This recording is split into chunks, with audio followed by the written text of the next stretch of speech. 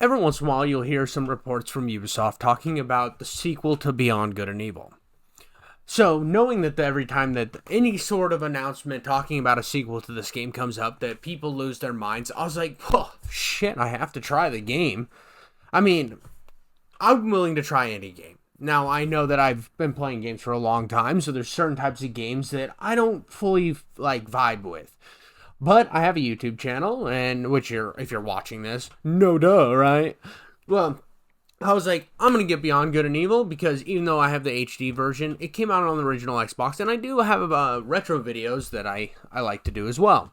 Especially because, one of my favorite things I own is my Xbox original. Well, I downloaded this on the Series X, and I was like, I'll give it a chance.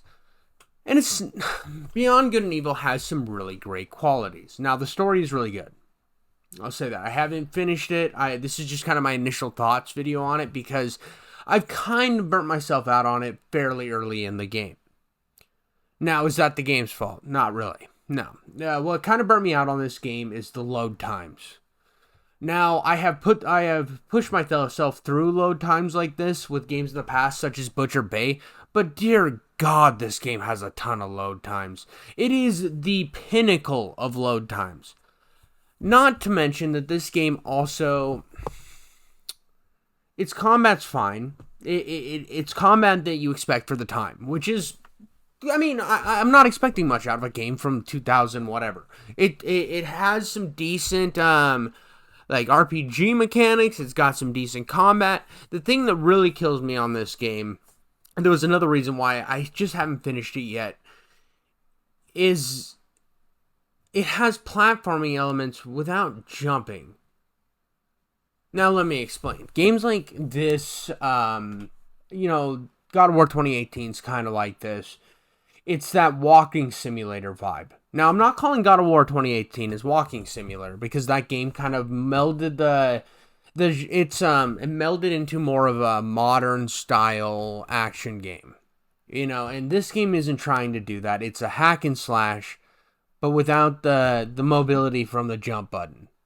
Which feels weird. It feels odd, especially when you're going from point A to point B a lot. In a game like this from that time period, you would have been doing some jumping, you would have had some cool platforming elements.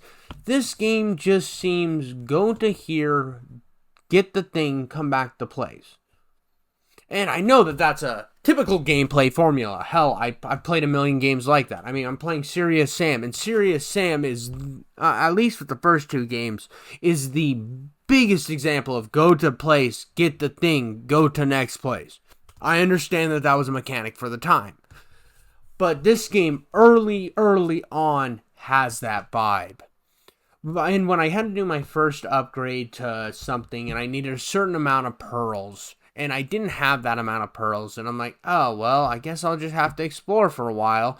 And when you hit these loading screens between every single place you go, it gets exhausting. Now, you can make the excuse, it came out on on that platform that was kind of par for the course, but then I look at Jak and Daxter 2, and I think, well, Jak and Daxter 2 doesn't do this, so why does this game do it? Because every new place you go to, there is a loading screen in this game. It makes it incredibly hard to go back to. Which, like I said, I love RPGs. And now, the photographer thing is whatever. I'm not really vibing with the story too hard. I think it's got some really, intriguing stuff in the game. As for the loading screens, it takes me out. As for the combat feeling old and clunky, it takes me out. Which, if a game's story from the 2000s is good enough and the combat holds up okay, I will push through the game. That's just something I will do. I will have nostalgia push me through through the game. This game doesn't have that for me. And it's kind of sucks, because when the sequel does come out, am I going to push myself through a game that honestly should have been remade a long time ago? Because if there is an example of a game that should be remade with the amount of hype underneath this game, there's hype still there, so why don't they remake it? We're in the era of that. And just, I mean, you could do this game justice by remaking it. I mean, it has incredibly intriguing characters. It hits the popularity of this type of genre really has sparked up in the last few years. I mean, the walking sim hack and slash, this is its era. I mean, almost every critically acclaimed game has become in this niche. It is the most popular single player format.